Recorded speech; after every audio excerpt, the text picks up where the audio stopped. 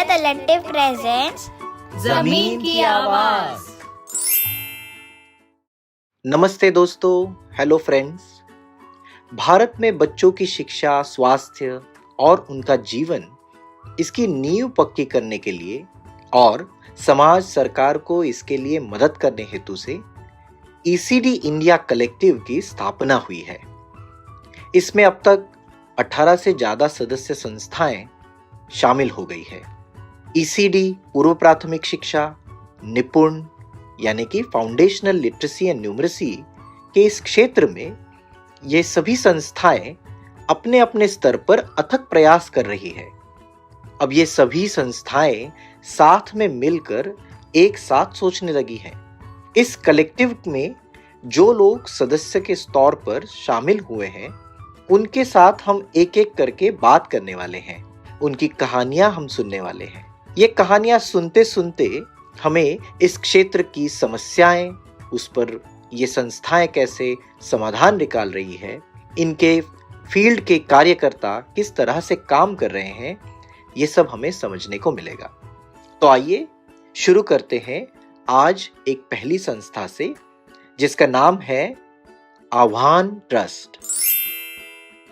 आह्वान के साथी सायंतनी गड्डाम, एग्जीक्यूटिव डायरेक्टर, और मनीष अरोरा, एसोसिएट डायरेक्टर, इनसे अब हम बात करेंगे।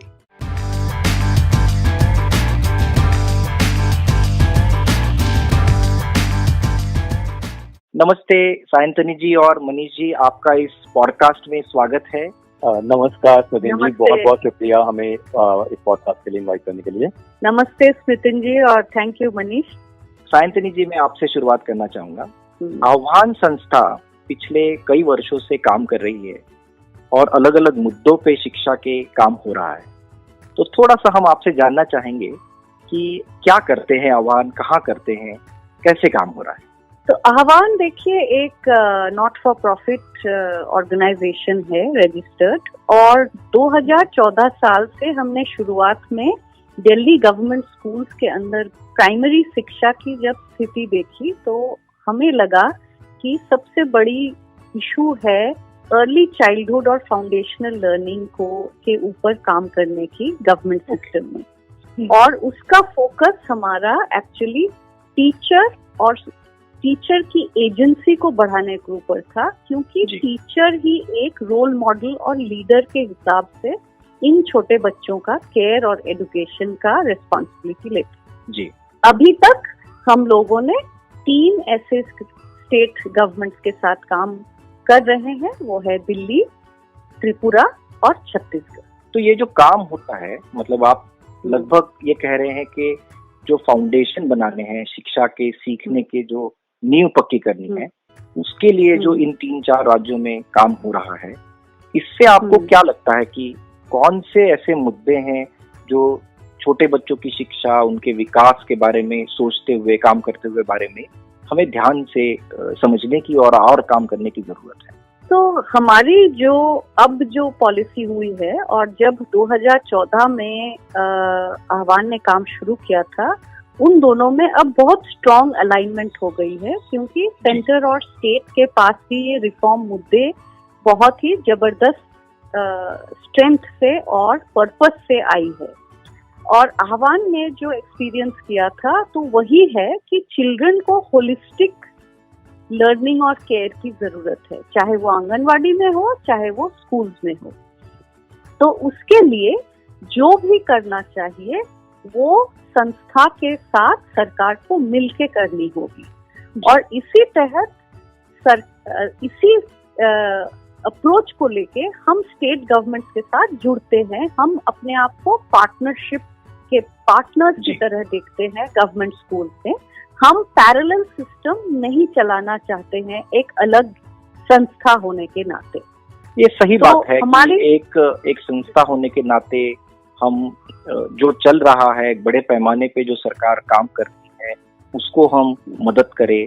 लेकिन मैं आपको ये पूछना चाहूँगा कि जब हम छोटे बच्चों की नींव पक्की करने की बात करते हैं, हालांकि ये बात पिछले कई वर्षों से कई लोग कहते आ रहे हैं, बट पिछला थोड़ा 1-2 साल का जो वातावरण बना है कोविड के बाद, उसमें जरूर ये फोकस पूरे देश में हो रहा है कि फाउंडेशनल लिटरेसी न्यूमरेसी होनी चाहिए, अर्ली चाइल्डहुड एजुकेशन में काम होना चाहिए।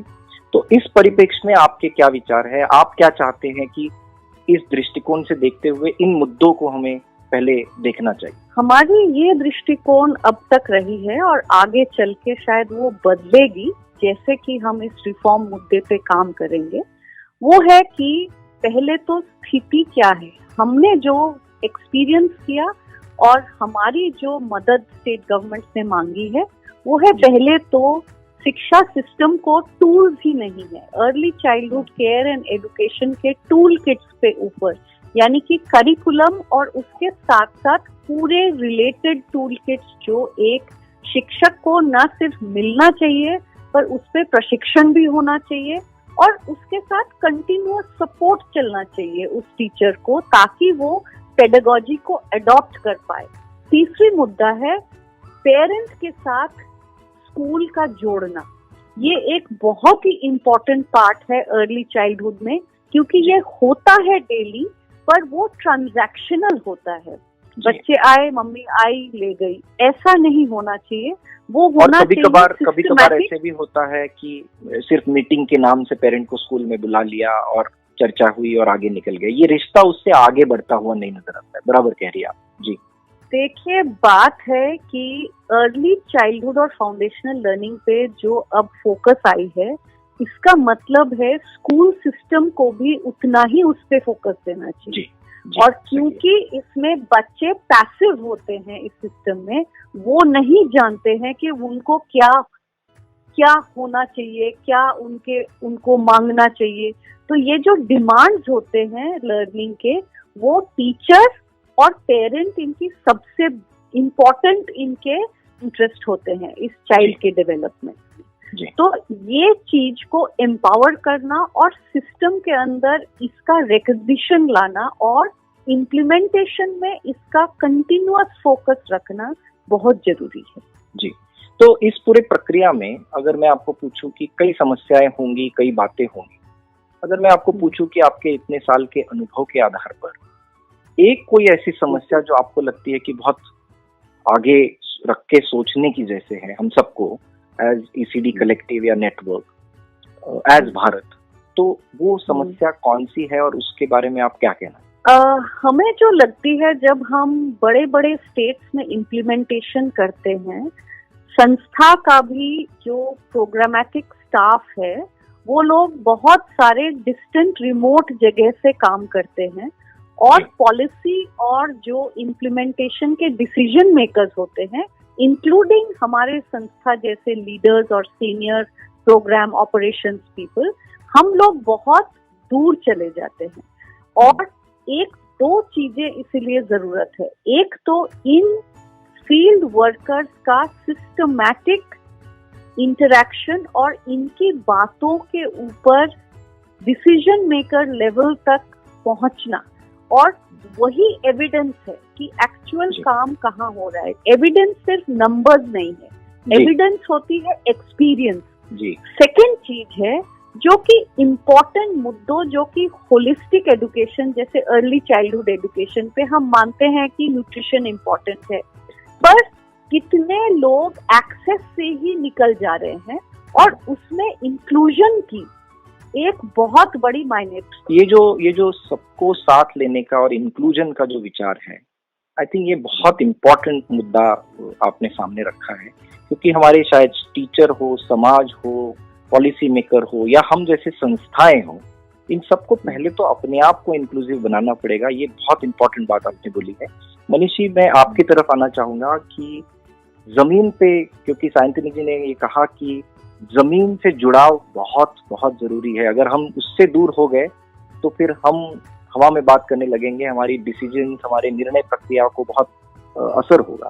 तो चूंकि आप बहुत लंबे अरसे से आह्वान के साथ जमीनी काम पर जुड़े हुए हैं, तो आपको क्या लगता है इस सारी चर्चा के आधार पर कि आप यहाँ अभी क्या कहना चाहेंगे? देखिए, इंक्लूजन डेफिनेटली एक बहुत ही इम्पोर्टेंट मुद्दा है जो साइंटिस्ट ने उठाया, और जैसा आपने भी कहा कि, और मैं आपकी बात से पूरी तरह से सहमत हूँ नितिन जी, कि सबसे पहले तो हमें खुद इंक्लूसिव होना जरूरी है कि हम क्या खुद एज एन ऑर्गेनाइजेशन हम लोग इंक्लूसिव हैं कि नहीं है।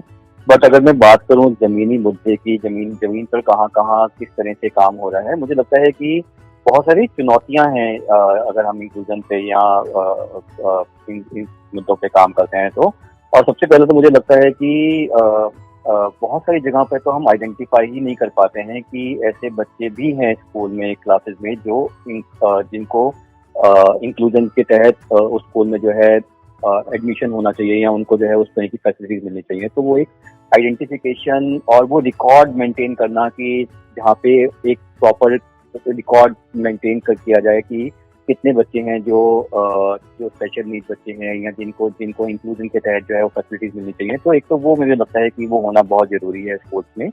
दूसरा मुझे लगता है कि क्योंकि इंक्लूजन एक ऐसा मुद्दा है जहाँ पे बहुत सारे डिपार्टमेंट्स को आपस में कोऑर्डिनेट करना जरूरी है। तो सोशल वेलफेयर डिपार्टमेंट हुआ, हेल्थ डिपार्टमेंट हुआ या स्कूल एजुकेशन डिपार्टमेंट हुआ, इन सबको एक साथ में आकर के काम करने की जरूरत है और ये देखने की जरूरत है कि हम किस तरह से बच्चों को जो है उनकी जो राइट्स हैं वो हम कैसे अवेलेबल करवा सकते हैं। तो ये 2-3 चीजें हैं और मुझे लगता है कि पेरेंट्स को शायद वो उतना अवेयरनेस नहीं है कि एक इंक्लूजन जो एक स्पेशल नीड बच्चा है उसकी क्या राइट्स हैं और उनको उस राइट्स को अवेल करने के लिए कहाँ जाना है, किस तरह की फैसिलिटीज अवेलेबल हैं, किसको अप्रोच करना है, वो एक बहुत बड़ा हमको लगता है कि स्कोप है एक जहाँ हमको काम करने की जरूरत है जमीनी स्तर पे। और चौथा मुझे लगता है कि पेरेंट जिस तबके से आते हैं, जिस तरह का काम वो कर रहे हैं, उनके लिए अपनी दिनचर्या को छोड़कर और बच्चों के साथ में भागा दौड़ी करना एक अपने आप में बहुत बड़ा स्ट्रगल है कि वो क्या अपनी एक दिन की दिहाड़ी छोड़ करके जो है बच्चों को क्या हेल्थ डिपार्टमेंट ले जा सकते हैं कि नहीं ले जा सकते हैं, या उनको कलेक्टर से या उनको जो है अपने सरपंच से या लोकल लेवल पे क्या कोई हेल्थ प्रोवाइडेड सपोर्ट मिल रहा है कि नहीं मिल रहा है, जिसके तहत जो है वो इन सब फैसिलिटीज को, इन सब चैलेंजेस को जो है दूर कर पा रहे हैं कि नहीं कर पा रहे हैं। तो ये कुछ मुद्दे हैं जिनके ऊपर हमें बात करने की और काम करने की बहुत जरूरत है सचिन जी।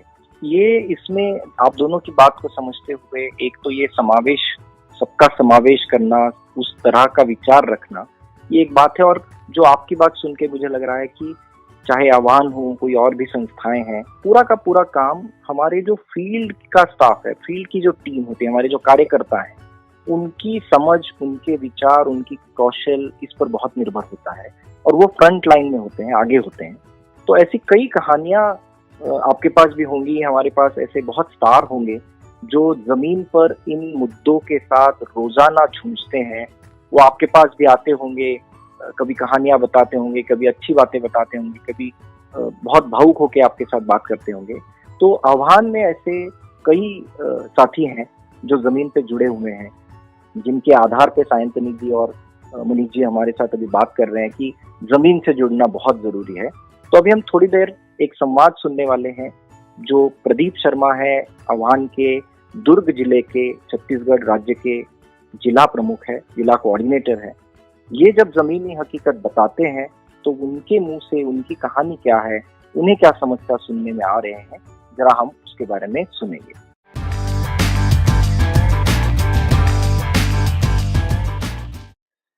नमस्कार प्रदीप जी।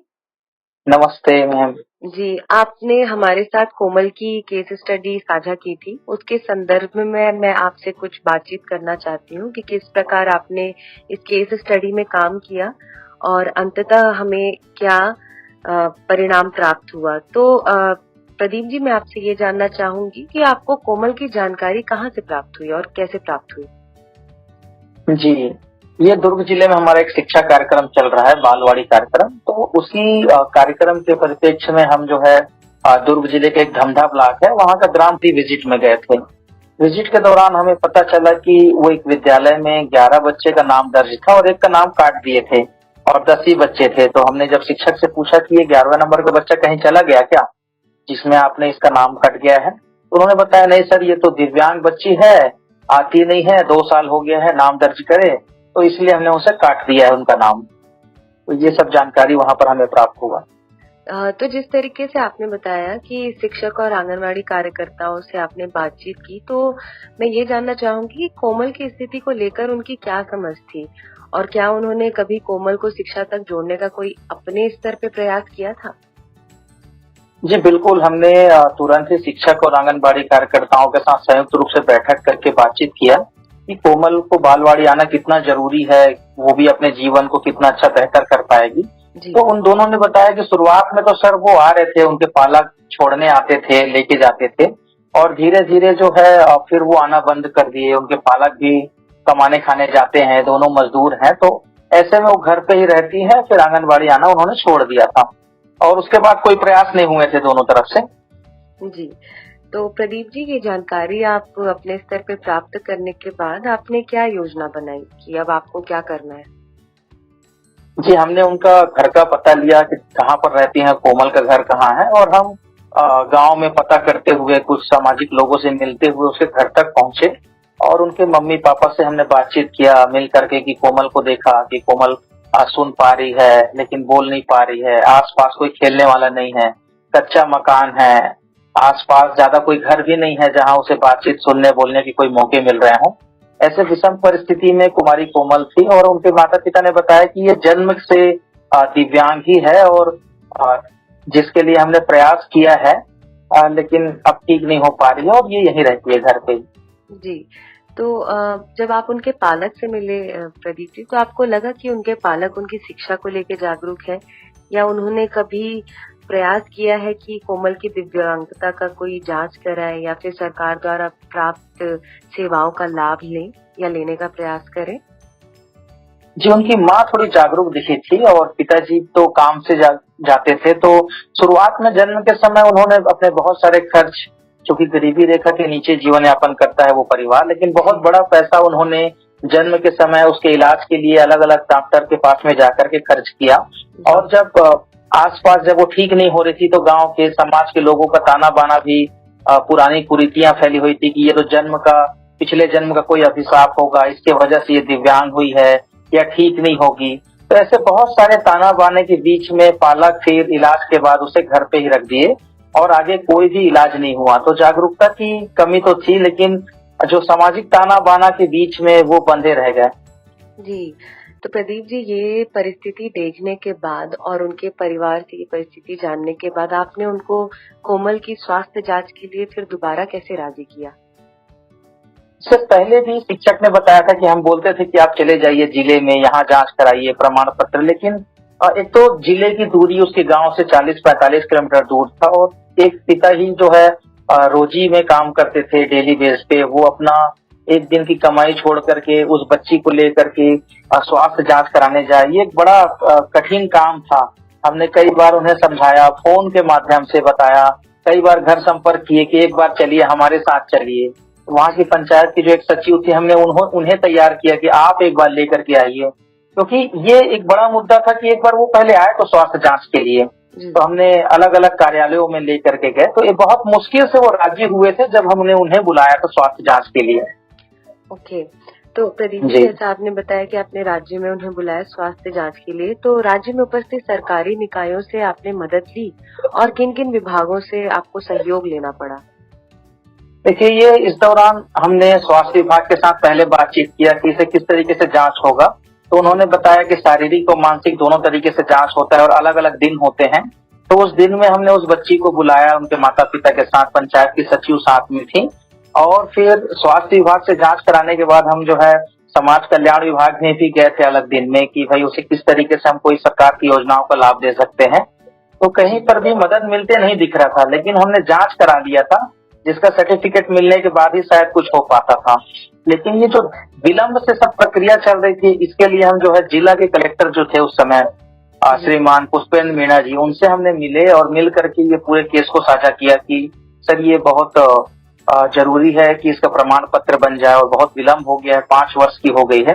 हमने सभी केस को जब साझा किया तब उन्होंने अपने अधिकारियों को भेजा कि एक बार वेरिफिकेशन करिए गाँव में और इस प्रक्रिया को जल्द से जल्द पूरा कराइए। तो उन्होंने सपोर्ट किया। जी, तो आपने बताया प्रदीप जी कि इस कार्य के दौरान आपको बहुत सारी चुनौतियों का सामना करना पड़ा। तो प्रदीप जी, ऐसी कोई चुनौती थी शारीरिक या मानसिक जो विभिन्न रूप से आपने देखा हो? जी बिल्कुल, हमने देखा कि जो विभागों के मध्य से हमने स्वास्थ्य परीक्षण के लिए जब गए थे तो जो अस्पताल है जिले का, वो अस्पताल तीसरे चौथे मंजिल का है, और दिव्यांगों का जो जांच होता है वो तीसरे चौथे मंजिल में होता है। मतलब आप देखेंगे शारीरिक जांच अलग जगह में हो रहा है, मानसिक जांच अलग जगह में हो रहा है, फार्म कहीं और मिल रहा है। तो जो हमने हमारे पैर रहते हुए भी हमने जो है हम थक गए थे वहां काम करते हुए कि एक प्रमाण पत्र बनाने में कितना कार्यालयों के चक्कर, एक ही कार्यालय के अंदर बहुत अलग अलग जगह जाना पड़ा। तो उस बच्ची के लिए हमें बहुत समस्या लगा कि ये बहुत ही कठिन प्रक्रिया थी, इसे बहुत सरल करना चाहिए। जी। तो प्रदीप जी, जैसा कि आप बताते हैं कि इस काम को करने में काफी समय लग गया और बच्ची को दिव्यांग प्रमाण पत्र मिलने में भी काफी समय लग गया, तो आप क्या संदेश देना चाहेंगे विभाग को, जिससे कि पूरी प्रक्रिया को और स्पेशल नीड के जो हमारे बच्चे और उनके माता पिता को सुविधा मिलना आसान हो जाए? बिल्कुल, जब इसे आवेदन हो गया कलेक्टर सर के प्रयास से, इसके बाद भी हमें शासन की योजनाओं का लाभ लेने के लिए और अलग अलग प्रक्रियाओं में समय लग रहा था, जिसके लिए हमने सूचना का अधिकार विभाग के माध्यम से सूचना का अधिकार लगाया था, और वो आवेदन के माध्यम से बाल संरक्षण आयोग को भी हमने लिखा था कि देखिए इस दिव्यांग बच्ची को लाभ नहीं मिल रहा है। तो सभी के संयुक्त प्रयास से जल्द उनका प्रमाण पत्र बना और इस तरीके से हम आगे बढ़ पाए। तो बस मैं यही कहना चाहूंगा कि जो दिव्यांगों के लिए हमारी संवेदनशीलता बिल्कुल खत्म होते जा रही है। जैसा कि हम जानते हैं कि योजनाएं बहुत सारी है दिव्यांगों के लिए, लेकिन धरातल पे बिल्कुल शून्य नजर आता है, क्योंकि एक तो प्रमाण पत्र बनने की जो तकलीफ थी, कठिनाई थी, एक बड़ी समस्या, दूसरा योजनाओं का क्रियान्वयन उन तक नहीं पहुंच पा रहा है। तो हमें सब लोगों को संवेदनशील होना होगा। ये हर जगह की बात है, जैसे शालाओं में अगर हम बात करें तो रैंप भी हो उनके लिए, दिव्यांगों के लिए सामग्री भी हो, वैसे ही कार्यालयों में भी ये सहजता से आसानी से बन पाए इनके प्रमाण पत्र, यही मैं चाहता हूँ। जी। तो प्रदीप जी, जो आपने कार्य किया वो सभी को पता है उस कार्य के बारे में, और आपने अलग अलग विभागों का भी इसमें सहयोग लिया। तो प्रदीप जी, ऐसा आपने कोई सोशल नेटवर्क या फिर सोशल साइट का उपयोग किया जिससे कि ये जानकारी वहां तक पहुंच पाए जल्द से जल्द जहां पहुंचाना चाह रहे हो? जी बिल्कुल, और हमने जो है इस केस को लेकर के हम कार्यालय में फेस टू फेस भी जाके अधिकारियों से मिले। इसके साथ ही साथ सोशल मीडिया का भी उपयोग, इलेक्ट्रॉनिक मीडिया, प्रिंट मीडिया, ये सभी मीडिया का भी प्रयोग किए कि हम अपनी बात को मेल के माध्यम से कलेक्टर के साथ बात कर रहे थे। हमने बाल संरक्षण आयोग दिल्ली को भी पत्र लिखा मेल के माध्यम से। हमने सोशल साइट्स का भी बहुत सारा उपयोग में लिया। हमने भी बहुत सारी चीजों को सर्च किया कि गवर्नमेंट की कौन कौन सी स्कीम है, हम कैसे इनको लाभ पहुंचा सकते हैं। तो हमने इस तरीके से बहुत सारे काम उस दौरान किए थे। जी, बहुत बहुत धन्यवाद प्रदीप जी, आपने बहुत अच्छे से अपनी पूरी ये जानकारी दी हमें केस से रिलेटेड। मेरा एक मुख्य सवाल आपसे है जो कि आपके काम से जुड़ा हुआ है कि आपने अपने कार्य क्षेत्र से अलग जाकर यह कार्य करने का निर्णय लिया। क्या ये ज़ील आप में और ये प्रेरणा आपको कहाँ से मिली? आपने कैसे सोचा कि मैं जो काम कर रहा हूँ उससे अलग जाकर मैं ये बच्ची का सहयोग करूँ और काम कर पाऊँ? तो प्रदीप जी, मैं इस संदर्भ में आपसे कुछ सुनना चाहूंगी।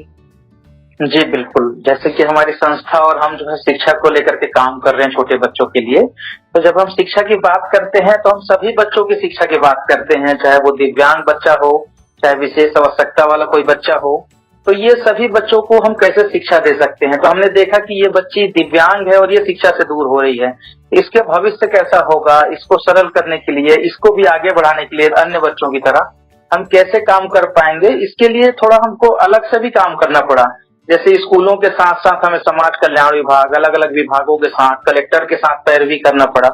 तो थोड़ा सा तो प्रोजेक्ट से हमको हटके जाना पड़ा, लेकिन मूल उद्देश्य यही था कि उसे जो है शिक्षा के साथ जोड़े रखें और हम उसे अलग अलग तरीके से लाभ दे सकें, जिसके लिए मुझे थोड़ा अलग से काम करना पड़ा। लेकिन ये मुझे लगता है कोई अलग काम नहीं है, ये हमारा इंसानियत के नाते भी ये हमारे लिए प्रमुखता से ये काम है।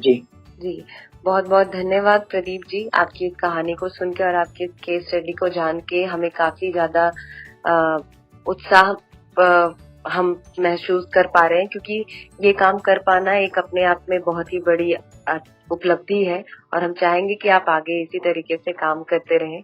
बहुत बहुत धन्यवाद। बहुत बहुत धन्यवाद जी धन्यवाद।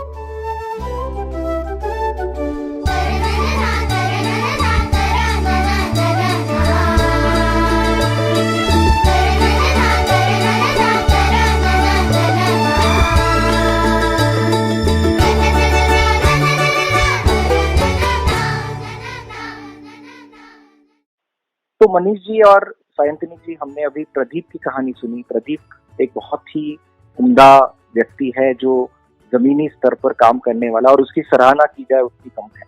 वो बहुत एफर्ट के साथ आगे बढ़ रहा है।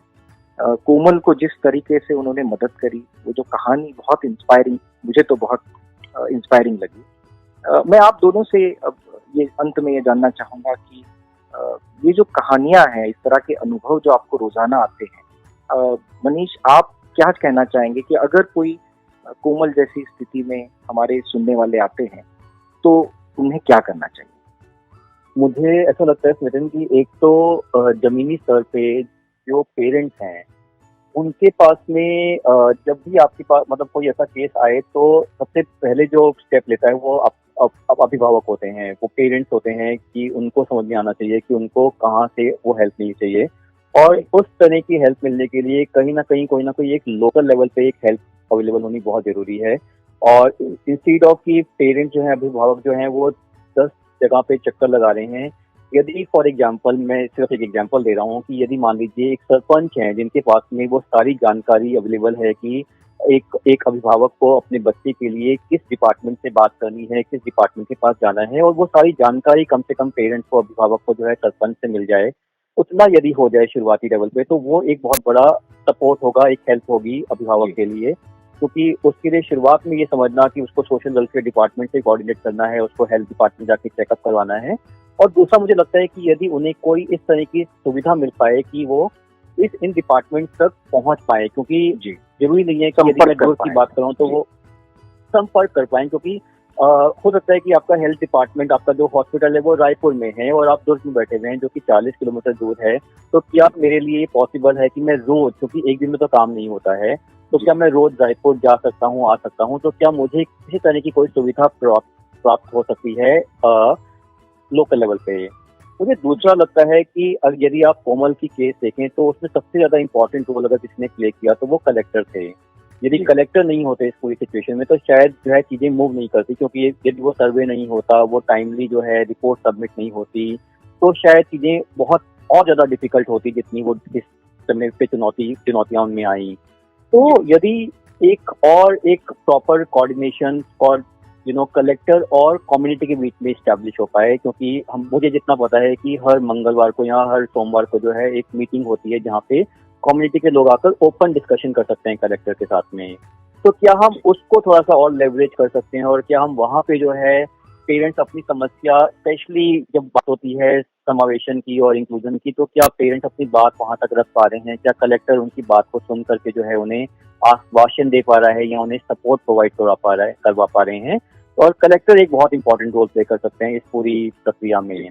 तो ये दो चीजें मुझे लगता है कि यदि हो पाए तो चीजें शायद थोड़ी आसान हो पाएंगी हम सबके लिए। जी संयंती, आप यदि कुछ ऐड करना चाहें इसमें तो।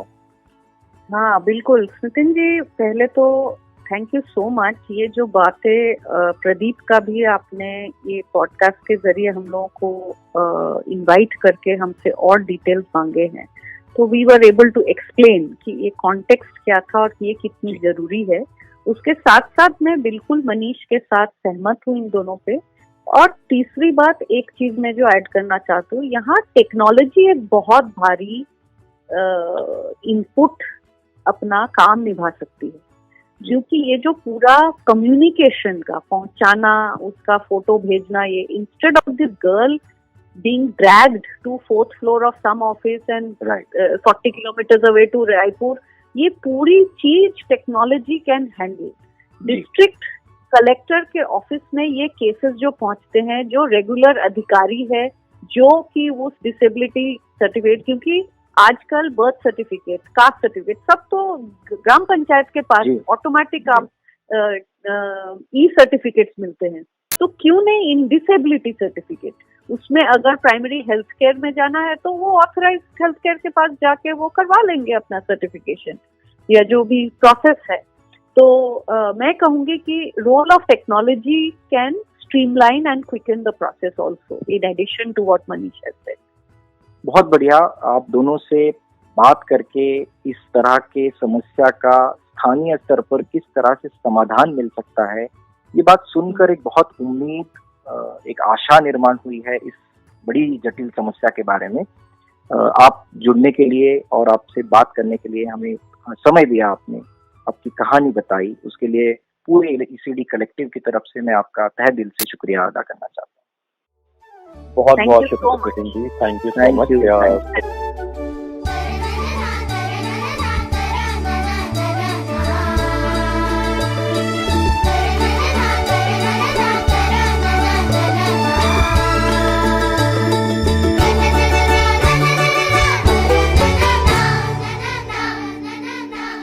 तो दोस्तों, अब समय हुआ है आपसे विदा लेने का। आज की कहानी आपको कैसी लगी ये जरूर हमें इस नंबर पर बताएं, 91671 32904 9167132904। मिलते हैं अगले एपिसोड में इसी तरह से एक नई उम्मीद भरी कहानी को लेकर। Bye bye.